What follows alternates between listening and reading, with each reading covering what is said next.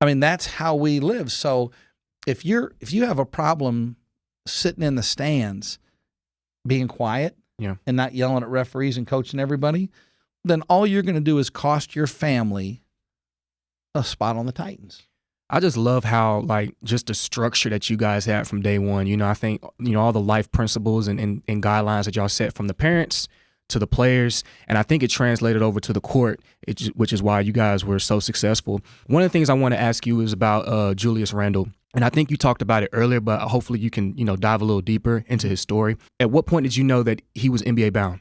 Everybody knew who Julius Randle was. Yeah, that's true. I have a story about Julius.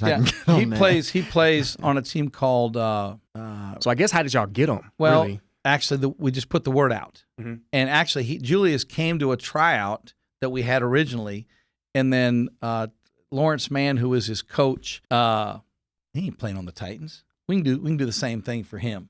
You know, we had a guy tell us, listen, you know what? The planes, all that kind of stuff, we do the same thing for our players. And Kenny said, when the plane has Southwest written on the side of it, it's not yours. Bam! I might want to walk out on that Oh, one. my God. I was like, damn, that's cold-blooded. That's cold. That's cold-blooded. Yeah, that was chilly, right? Yeah. And so, but later, someone had reached out to Carolyn, Julius's mom, and then they decided to come back and see if it would work. So let me tell you something. Single moms are the most amazing people in the world, okay? Because they have such an uphill battle, right? Mm-hmm. And here Carolyn is raising Julius. And, you know, if there was ever a kid that could walk around like he was somebody and be arrogant and tough to coach, because a lot of those guys are, right? I think today it's getting better because stars are becoming better human beings. Mm-hmm. Julius could have been that guy, but I will never forget this as long as I live. I tell this story all the time. We're playing at the Kingwood down in Houston. Mm-hmm. We're playing on Saturday, and Julius has a meltdown Saturday. Now, he hadn't been with the Titans very long, and he wasn't playing well, and he's emotional, and, you know, things just weren't going well for him. Right. And so I don't get on the bus after the afternoon game. I stay and watch the team that we're going to play the winner of the next morning. So I watch that game. I'm back in the hotel. It's like 9:45 as I'm walking down the hallway, and all of a sudden the door just opens up. Scares me to death. Coach! I'm like looking at her, and she goes, "You got a minute?" I said, "Yes, ma'am. Come on in." I was like, oh, hell. Because Carolyn's, you know, she's a tall lady, right? Yeah, she's like 6'2". I just knew I had done something. Mm-hmm.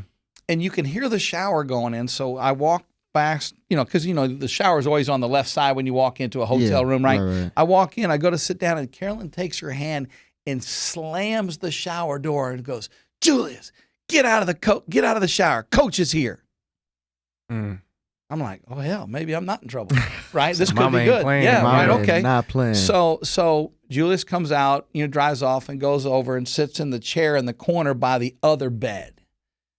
And all of a sudden, she looks at me. She looks at him. She says, "Julius, you got something you want to say to Coach?" "Coach, I'm sorry." And he starts crying, right? Yeah. I'm like, oh, my God, I love Carolyn. And you know, I mean, she's an amazing mother. Right. And she made sure that, you know, because she raised him, that it wasn't all about him. It was about the team and the sacrifices. And I always say this about Julius Randle. Julius Randle was such a great team guy that it's hard to fathom playing on a team with him, because when he didn't have to be Julius Randle, he'd let Matt Jones be Matt Jones. He'd make Preston Trout. Yep. I mean, I remember playing a team from Indiana in the Real Deal on the Rock in Arkansas, and, you know, the Indiana basketball and all that stuff. And those fans were like running their mouth coming in. The first 45 points of the game were 3-pointers for us. We were ahead 45 to like 12, and Matt Jones had 10 of them. And I mean, it was like. It was Julius getting the ball and everyone coming to him and him going, "Here, Matt, you shoot this. Preston, get this one."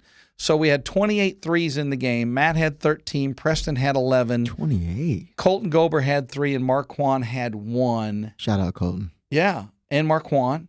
And I think we had 28 threes in that game. And Julius Randle would say, Coach, you don't have to put me back in. No, Coach, I don't mind. I'll sit out. Now, when we're playing Mac Irvin Fire and CP3, Right. No, Jay, you got this. Yeah. Time to show out. Yeah. Time to show out. Yeah. Go be Jay. Go be Dr. J. Go. I used to call him the big cat all the time because those were the games that he would go be who he was. Mm-hmm. And, it was really ironic. And this is what happens, I think, in relationships.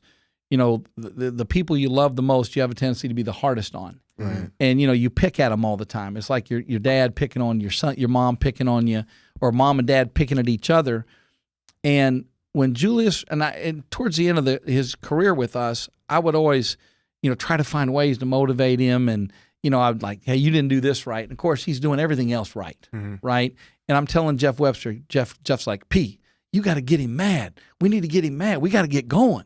I go, why don't you get him mad? Why is it me all the time? Like, why I got to be the bad guy? It's true. Yeah. Because he says, then he goes, well, he's riding home with me. I'm like, okay. So when Julius was gone, I watched the summer mixtape that Brad Hensley put together. Right. Gotta love Ball Is Life and Brad Hensley, right? Right. And I'm like, oh my God, look how good he is. Yeah. Look how amazing he is. And the next year in the EYBL, and we can't get buckets like that, right? I'm looking, come on, Tyler Davis. Come on, DJ. Where's Julius Randle? Right. Yeah. I mean, but I'm telling you, Julius Randle deserves everything he gets. He definitely does, man. And I kind of want to talk about him, since we're on the Randle topic. We think about his NBA journey thus far, man, and the phenomenal season he just had with the New York Knicks. What are your thoughts on that? He Just won. signed an extension. Yeah. He became a pros pro. Yeah. He figured out after watching everybody that was there before him or the older guys when he was there, he realized what it takes to be a pros pro. Yeah. And like right now, I mean, he works all the time. He's working on his game all the time. He took a body that was, it was an amazing body anyway. And the next thing you know, he looks like a gladiator, man. Like, he could be up in one of those movies, walk in and just kick everybody's butt, right? Yeah. I've been with him when he's in Sanders Fit. Oh, I've seen him work right there in front of me. I'm like, this. But he figured it out. Insane. Yeah. He figured it out. He's been blessed with ability, but he makes his ability count.